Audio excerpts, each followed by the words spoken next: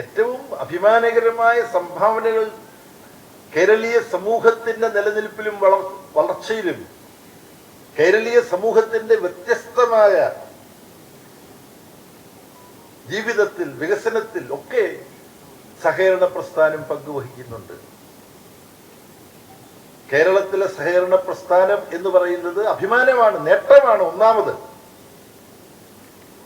ഏതെല്ലാം മേഖലകളിലാണ്? സാഹിത്യ പ്രവർത്തക സഹകരണ സംഘം മുതലുണ്ട്. നമ്മുടെ സഹകരണ പ്രസ്ഥാനം മാത്രമല്ല, ലേബർ കോൺഗ്രസ് നവോത്ഥാന നായകനായിട്ടുള്ള വാഗ്ഭടാനന്ദനുമായി ബന്ധപ്പെട്ടതാണ് ഊരാളുങ്കൽ സൊസൈറ്റി. അതിൽ സാഹിത്യ പ്രവർത്തക സഹകരണ സംഘം എന്ന് പറഞ്ഞാൽ നമ്മുടെ സാഹിത്യത്തിന്റെ അഭിമാനങ്ങളായിരുന്ന തകഴി ശിവശങ്കരപ്പിള്ളയും പി കേശവദേവും എം പി പോളും വൈക്കം മുഹമ്മദ് ബഷീറും കാരൂർ നിലകണ്ഠപ്പിള്ളയും ഡി സി കിഴക്കേമുറിയും പൊന്നിക്കർ റാഫിയും അല്ലേ, ഇവരെല്ലാം ചേർന്നിട്ടാണ് സാഹിത്യകാരന്മാരുടെ ഒരു പ്രസ്ഥാനം ഉണ്ടാക്കിയത്. അതിനു മുമ്പ് ഇവരെല്ലാം പുസ്തകം അച്ചടിച്ച് പലരും കൊണ്ടുനടന്ന് വിൽക്കുകയായിരുന്നു, ബഷീറും കേശവദേവും ഒക്കെ തകഴിയുടെ വേറൊരു രൂപത്തിലാണ്. അപ്പൊ സഹകരണ പ്രസ്ഥാനത്തിന് അഭിമാനകരമായ പല തലങ്ങളുണ്ട് കേരളത്തിൽ. അതിനിടയിൽ പുഴുക്കുത്തുകളുമുണ്ട്. അത് സംഭവിക്കും സമൂഹത്തിൽ. നമ്മളിപ്പോ വളർന്നുകൊണ്ടിരിക്കുന്നതിനിടയ്ക്ക് നമുക്ക് അവിടെ ഇവിടെയും ശരീരത്തിന്റെ ചില ഭാഗത്ത് ചില അസുഖങ്ങൾ ഉണ്ടാവില്ലേ വളർച്ചയ്ക്കിടയിൽ.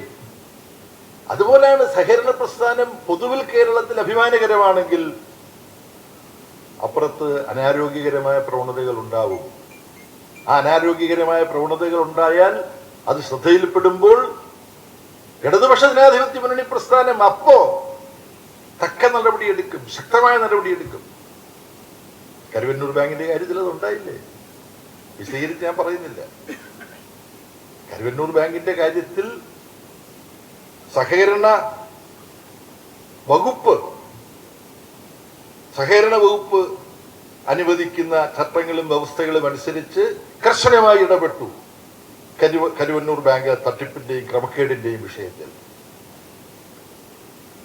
CPIM-ന്റെ നേതൃത്വത്തിലുള്ള ഭരണസമിതിയായിരുന്നു അവിടെ ഉണ്ടായിരുന്നത് എന്നുള്ളത് കൊണ്ട് ആ ഭരണസമിതിയിൽ ഈ കുഴപ്പങ്ങൾക്ക് ഉത്തരവാദികളായവരുടെ കാര്യത്തിൽ, മേൽനോട്ടത്തിൽ വീഴ്ച വരുത്തിയവരുടെ കാര്യത്തിൽ തൃശ്ശൂരിലെ പാർട്ടി ശക്തമായി ഇടപെട്ട നടപടികൾ എടുത്തു.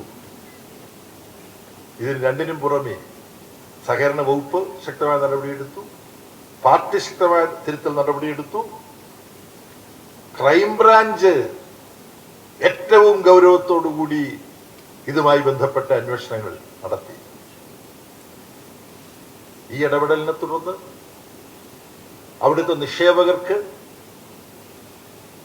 അവരുടെ നിക്ഷേപം തിരിച്ചു കിട്ടുന്നതടക്കമുള്ള കാര്യങ്ങൾ ഈ തിരുത്തൽ നടപടികളിലൂടെ അതിനുള്ള ശേഷി ഈ ബാങ്കിന് നൽകി. ബാങ്കിനെ തകർച്ചയിൽ നിന്ന് ഈ ഇടപെടലുകളിലൂടെ രക്ഷിച്ചു. അങ്ങനെ പ്രവർത്തനങ്ങൾ മുന്നോട്ട് പോവുകയാണ്.